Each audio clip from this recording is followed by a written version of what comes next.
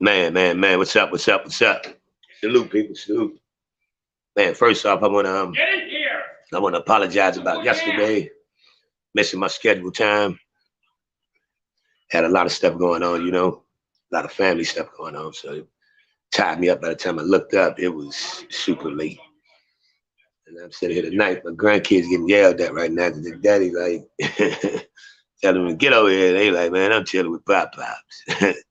So I can't, I can't go against the pops though. So tell me, like, man, just listen to your dad, man.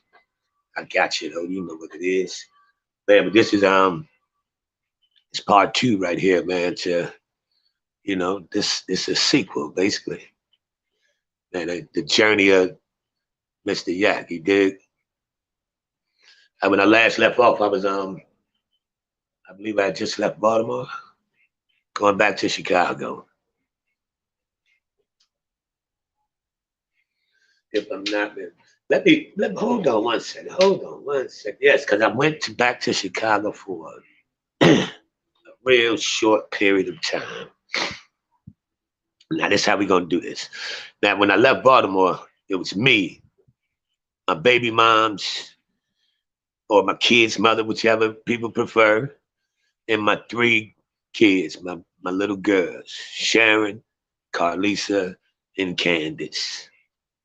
Now, mind you, man, we real young, but we real young with kids, and it's like, we doing. It was tough. It was tough right at that time. That was probably one of the toughest times in my life. That was probably one of the toughest times in my life because it was like, man, we was almost pillar to post. You know what I mean? Here, there, till we got grounded and shit. It was like, man, it was real. It was crazy. So it's like we had a lot of family that some people in the family couldn't really help you, and the ones that could help you really wasn't trying to help you. So we was like, man, we was juggling around trying to figure it out, man. And we was young, but we figured it out. It was like, man, it was man.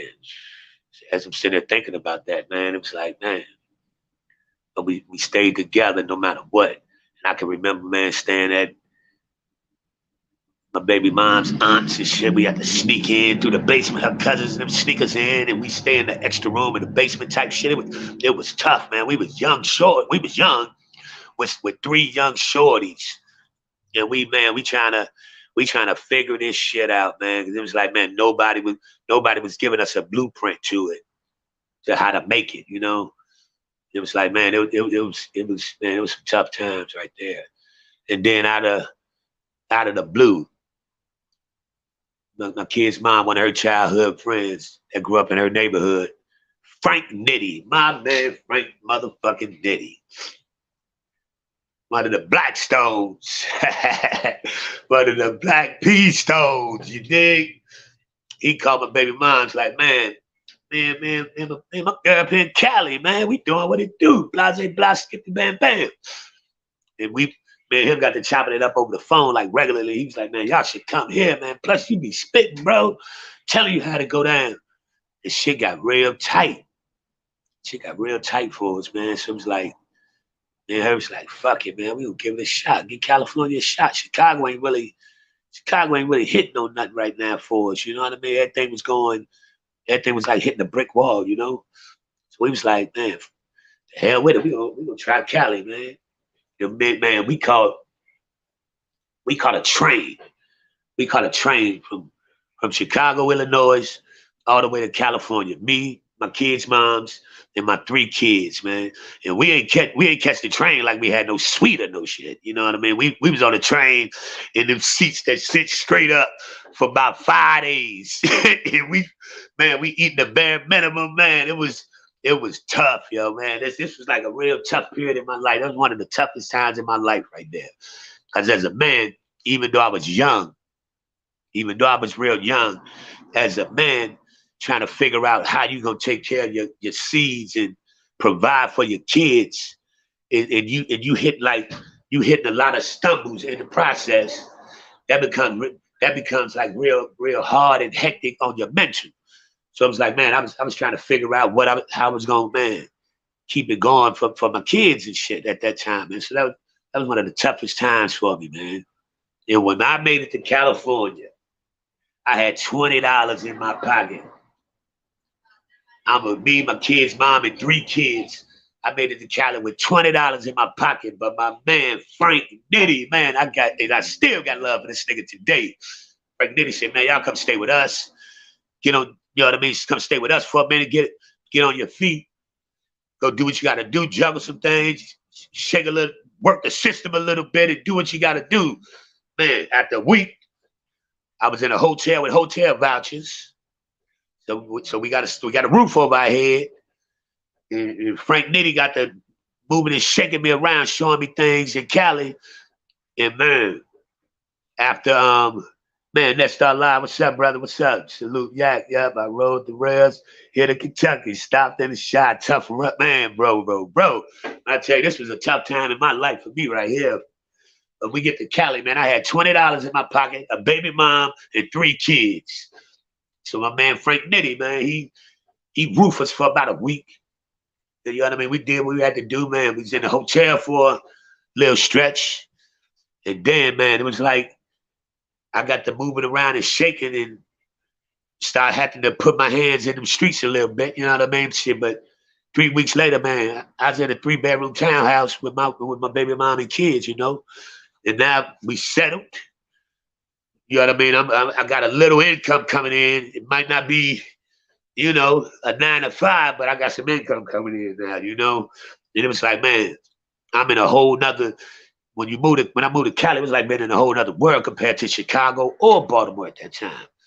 And man, I'm like, I'm young, but I'm you know, shit, I'm fresh. And everybody knows shit, I claim nothing but GD, period. And I was in Pomona, California, around a bunch of Crips. And they was like, man, one thing I remember this one day I was going to the store and I was blued up, Chicago'd up, my Bulls and all, you know what I mean, my Cubs hat. And they was asking me what hood I was from. I said, man, I'm from the Chi. Every time I said Chicago, it gave me a certain amount of respect where it changed the temperature in the room, which was a blessing. Whenever I would be in these other states and I would mention where I was from, when I mentioned my hood, it would change the temperature in the room, man. And that was a blessing beyond a blessing, you know. Cause man, and then I carried it like a G at all time. I ain't being violated. So, but I ain't trying to do no violate either. So it was what it was, man. And this time the music, by this time I'm starting to do little freestyle joints out here out in Pomona. That's when I met Pooch Loke. Pooch motherfucking Loke.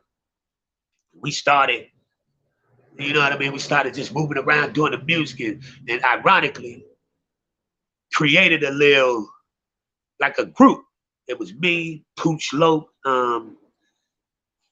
Focus, MC Focus, and Low Key.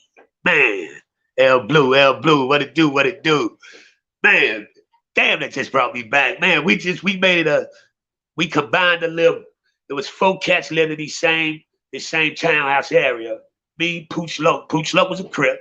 I was GD. Low Key was a Blood. And other damn, he was. I don't even think he was nothing. He was just a regular guy, but he had skill. Deep focus. That was his fucking name. Damn, that was years ago, man. And we wound up putting a little group together. Just man, and moving around. And Focus used to DJ and produce a little bit, and we took that Milk is Chillin', is chillin'. We took the Step Up sample. We made a song called Step Up. And we took the Step Up, with the scratch. Oh my God, I remember that shit. And we started performing that song right there out there in California, man. And that started opening up some doors for me because I stood out a little bit from the other cast, you know what I mean? So I started meeting people, man. That shit bringing back memories, man. That's crazy. And I started meeting people. And I met this guy named this blood dude named Roy. Man, Lipinski, what it do? I met a blood guy named Roy. And he says brother Nicky had a direct connect to like BET Comedy Hour, something like that. But they was gonna start like a independent or off-branch record label or some shit like that. So I'm like, man, and Nick was like, man, yeah, come on, man, you that dude. I'm getting you right in. So I'm like, all right, man. I'm like, fuck it. I'm ready. I'm gonna sign on the dot for whatever. It don't even matter. I'm just trying to rap and get something going so my kids ain't sitting out here messed up. You know what I'm saying? So it's like, man. But I had a neighbor named Solo, older cat. He was older than me, man. Dude like bred snakes and shit. He was walking around with big ass snakes on his neck and shit. I remember colorful snakes. Like, man, I remember that, man. That's crazy. Solo was like, man, Yak, before you do that, meet these dudes, man, that one of them played with my son on the baseball. His son played with my son on the baseball team. Yeah, before I went to do the situation with Nicky, I went to that game and I met Gangsta Bubs, man. G Bubs. Rest in peace, man. Rest in peace, bro. OG Gangsta Bubs. And man, that changed my life. Meeting that man changed my life. Net stars, everybody, salute everybody, man. What's up? I appreciate everybody coming in, man. Meeting that gentleman, that changed my life, man. Because it was, I know in one of my videos I was telling about when I spit, man. I left that game and went to his house with the producers and everything there, and all the rappers in the label, and they was like, spit. And I gave them the business, you know what I mean? They was West Coast, so they was like, you know how the West Coast is. The West Coast is different, but I had been on the East Coast for a minute, so I had kind of gumboed my style. I'm a Midwest dude from Chicago that did that East Coast thing for a minute. Now I'm in Cali, because I love the Cali beats, because when you're from the Midwest, West Coast, we bumps that. So it was a little bit of gumbo type twang that I had. You know what I mean? My shit was a little different, and I always had a unique, distinctive voice. You know, so I spit. You know what I mean? I was getting these dudes the business, but I remember Cash Low, one of the young cats in there, me and him, just everybody else, we knocked them out the spot, and everybody else these two dudes started coming, man. Me and him was going head to head, and they wanted to sign me. I told them, man, I ain't no solo artist, though. My brother, I said, man, my brother need to get here, you know? He's like, they like, bring him. If he good as you, I'll go. And man, we called my brother, man. If anybody heard my album, the song we got on there, Cali, it tells the whole story, man. Leaving Baltimore to Riverside, popping notos all the way. I was so excited, drove the whole trip in 3 days. A young papa making the better way for my little boppers. Baby mama pregnant. Number 3, I can't stop her. Man, real life shit, man. Like straight up, yo. That story is actually on my album, man. Cause my album is all facts. That's my life on there, you know. So it's like, man, we got there, we did what we do, man. And we met Big Roll Goldfingers. Those are the producers of Rap-A-Lot Records, the Mind Playing Tricks on Me by the Ghetto Boys. That was their biggest hit.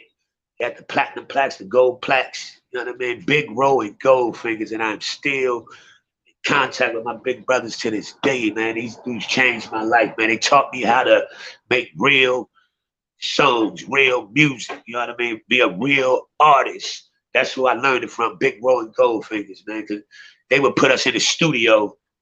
That's why I'm so anal about how when I rap in the booth. No punch-ins are allowed. If I wrote it, I can rap it. And that's what they taught me, man. That dude used to have us. We was in Northern Hollywood when we was recording that. I heard that. That stars, man. But man, appreciate that, my brother. If you listen, it's all there. It's all right there, man. I ain't fabricating nothing, man. But it's like I ain't put no format to how I was gonna do this. So it's just coming off the head, but it's my life. You know what I mean? So we used to be in Northern Hollywood, and we'd be up in the studio, man. Big boy. First time in my life. But as a rapper, man, my brother, we hot, we fire. You know what I mean? But we had never really. Ghetto Boys, good folks, right? Yes, sir, man. Lil Jay Prince tried to sign us off this California situation, man. But the dudes would not let us out my fucking contract. I signed a contract to these independent labels, Mob Style Records. I love them brothers to death. I learned about the game the hard way by being, I ain't get pimped, but I got grown man bullied into a situation that I wasn't ready for, I shouldn't have took, but you know what I'm saying, man. You have to you figure it out as you go. You know, you figure it out as you go. And I was a young father with 3 kids, and these niggas was throwing me stacks. So I had to do what I had to do at that moment to make sure my kids was good. So you know what I mean? It's ups and downs to all of it, but I ain't got no regrets about none of it because man, that shit that changed my life. But that situation is the reason my album sound like it do. Because everything I learned from there. In that album there, we did ourselves everything. Made sure it was nobody could tell us shit, how to do it, how to sound, or what to rap to. That's what we came up with because of this California situation with somebody else dictating how our thing went, you know? So man, it was like, you know, man, we was Roland would have us in the studio, man. He would turn the heat up. He would turn the heat up on us. We would be in the booth, and everything happens for a reason. Yeah, Blue, yes, it does. He would have us in the booth with the heat on like 200 and telling us to spit. And if you miss one, if you say when it should have been a duh, you got to do the whole joint over. Ain't no punch-ins. No punch-ins allowed. You know what I mean? Jay Prince, Brothers of the Struggle all day, baby. BOS, 215-19. I know it all, baby. Next stars. Real. That's what it do, baby. Man. He would have us in there, man. We be in there in our boxes, man, rapping, because it's so damn hot up in there. But what it did was it prepared us for when I rap in public, I sound like my record. That prepared us for we sound like we sound on the record. Ain't no punches. He said, man, if y'all rap it, if y'all can write it, you can rap it. We in there in crime, man. That's some bullshit, nigga. Bro, come up. Wasn't happening, man. He would turn the equipment up, walk out of the studio. His word was, he was a New Orleans dude. They was from New Orleans, Big Ron Goldfinger. So they was like, they had that New Orleans slang. Come on, Fa. I ain't got time to be here like this. Scarface and them don't do no shit like this. And he turned the equipment up and walk out. So you got to do it now. You got to remember, we signed to a label. They paying this money to have us up in Northern Hollywood recording. So you know what I mean? It's like, man, memories, man. And we started, I remember the first song me and my brother got finished there. It was called No Love. The song was called No Love, man. And that song shook the label up for real. That song right there shook the label up because that's when people start going these 3 over here in that corner, these over here in that corner, these over here in that corner. I just seem like they showing favoritism now. Nigga, we the Chicago niggas that ain't even from here. How they showing favoritism? Because we took a beat that the main group, New Breed of Hustlers, the main group, anybody go look them up, man. Mob Style Records, New Breed of Hustlers, Gangsta Bub, Silk Loke, Cash Loke, and Baby Fresh. Still my dudes to this day. Rest in peace, OG Bubs. Rest in peace, Cash Loke, man. But them brothers, man, they took Big Ro and Goldfingers, man. Big Ro was like Big Ro, the beats and the bass lines, he laid that down. And when Goldfingers get on it, he played that computer. They call him Goldfingers because you would think Stevie Wonder was up in there, man. He went, man, the strangest shit, man. It was crazy. It was crazy, man. And it was like the main group turned this beat down. Gangsta Bubs turned it down for his solo project. And I believe Cash Loke turned it down. And we sitting there like, man, that beat hot as shit. Big Rose say, I guarantee y'all can do some of this. And they gave us the beat. And we came up with No Love. And we added some singing in that motherfucker. We got wind up getting an old school cat, almost, man, Nellis. That was his name, Nellis. That was Bub's uncle, yo.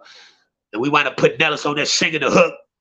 Over top of our hook, man, that song was fire. And that separated the label because at that time, not rolling them showing favoritism. Man, ain't no favoritism. Y'all had the opportunity to take that beat and y'all turned the beat down. And on top of, y'all would not have made the same song we made with that beat. That's the part artists that's in their feelings and going off emotions don't understand. You can have one cat do a beat, do the same beat, same tempo, everything. If your life, your history, your mental, if all that don't line up properly on that beat, you ain't gonna come out with the same type of joint, man. That's just what it is, man. That's just what it is. Cause me and my brother never went making music by we gonna do this type of song, and we going in to make a hit. We going in to make a radio song. Like we find that track. That track, be totally honest. That's one of my lost. I got lost reels in California, but they're not lost. They actually in Atlanta right now, bro. OG Fresh. OG Fresh wound up after the whole. Man, it's a long story, but I know where they at. But I'm working on that right now, getting all my catalog together, man. Cause I got a big catalog, man. Old, you know what I mean? I got a big catalog, but that's the reels. The reels is in Atlanta right now, to be honest.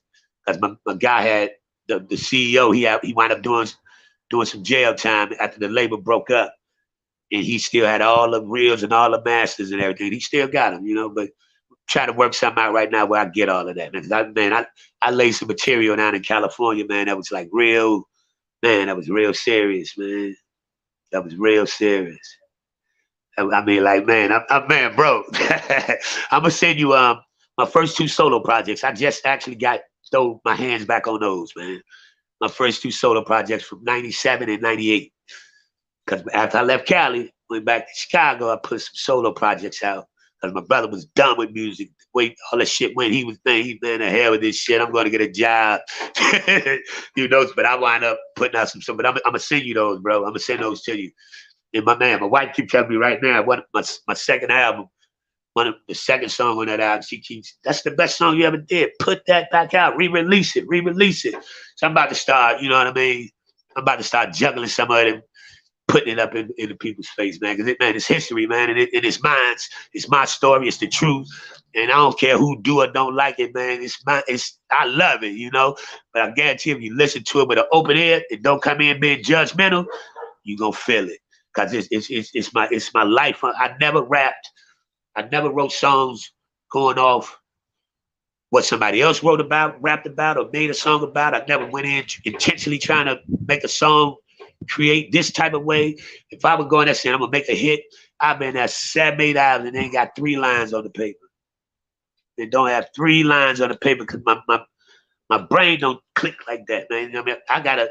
I gotta get the beat laid down and then just ride and see where the beats, wherever the beat take me, that's what I put on the pad. Been like that my entire life. As soon as I get down on the pad, I go straight to the bathroom and get in the mirror. And I rap it in the mirror and I'm memorizing instruments. I don't know why. It's been like that. God put that on me, and that's all. I know that's all it is.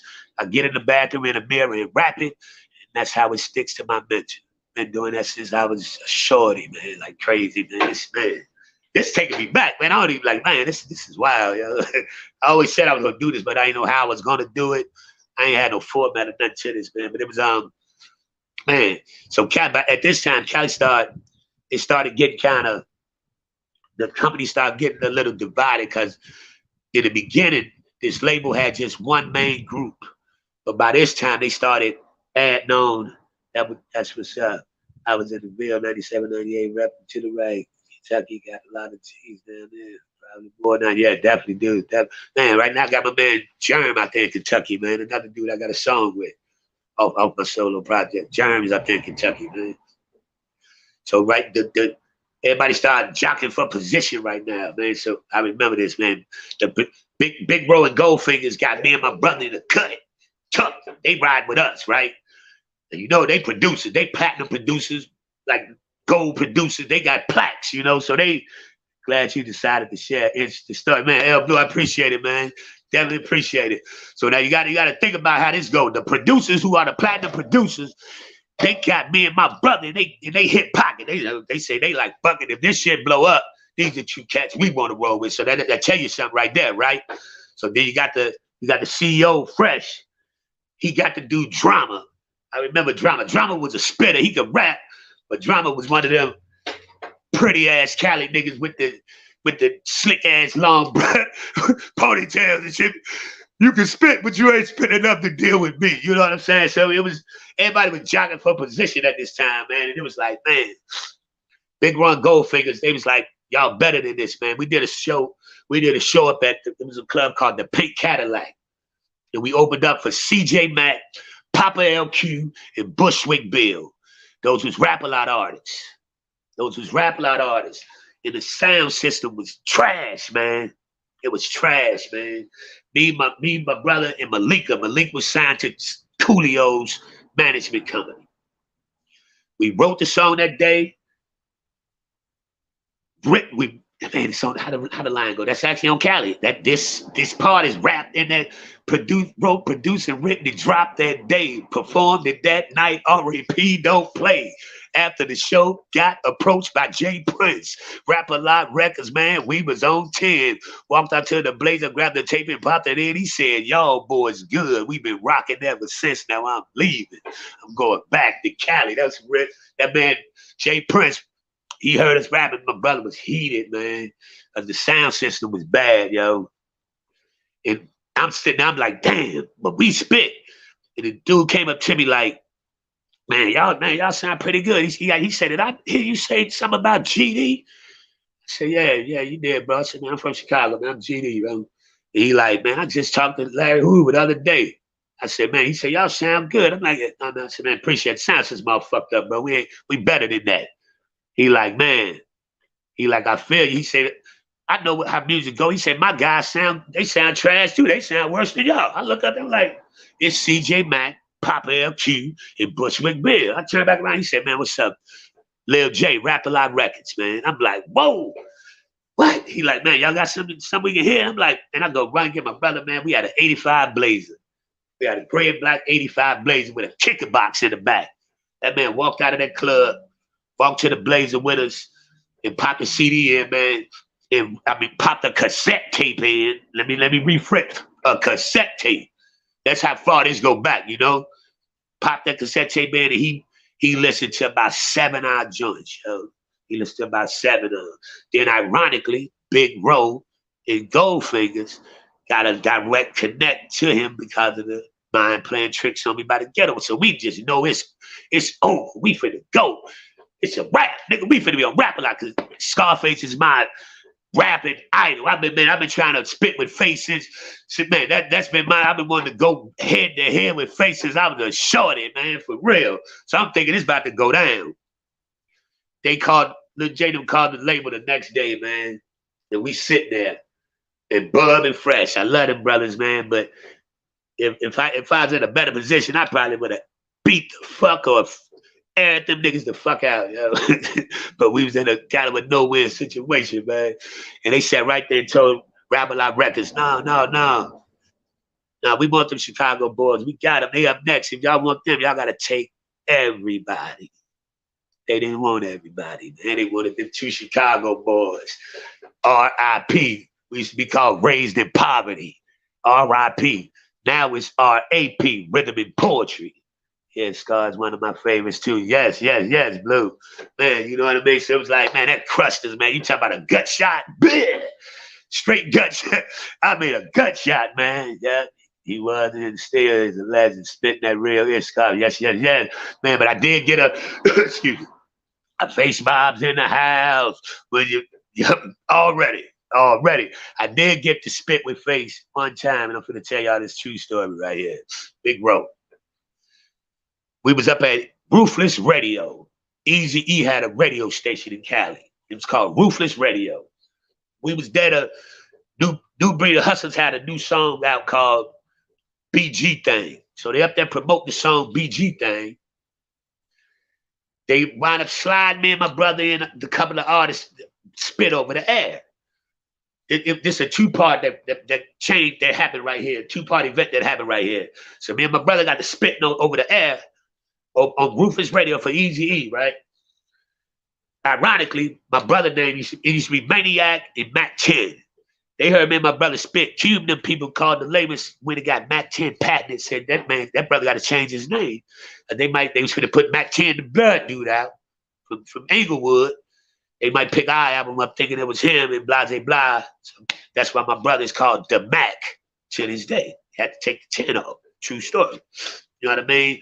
So it was like, man, it was a lot. So we spitting. And after that joint, Face was coming off the bus. And wrote them, introduced him. We sat up in the room. Me and Face sat there and spit a few bars, probably at 64 or something. After that 64, I ain't want to go no more because no smut on nobody's jacket. We done all done a lot of things, but when you dip something in some sherm, who know what the sherm is?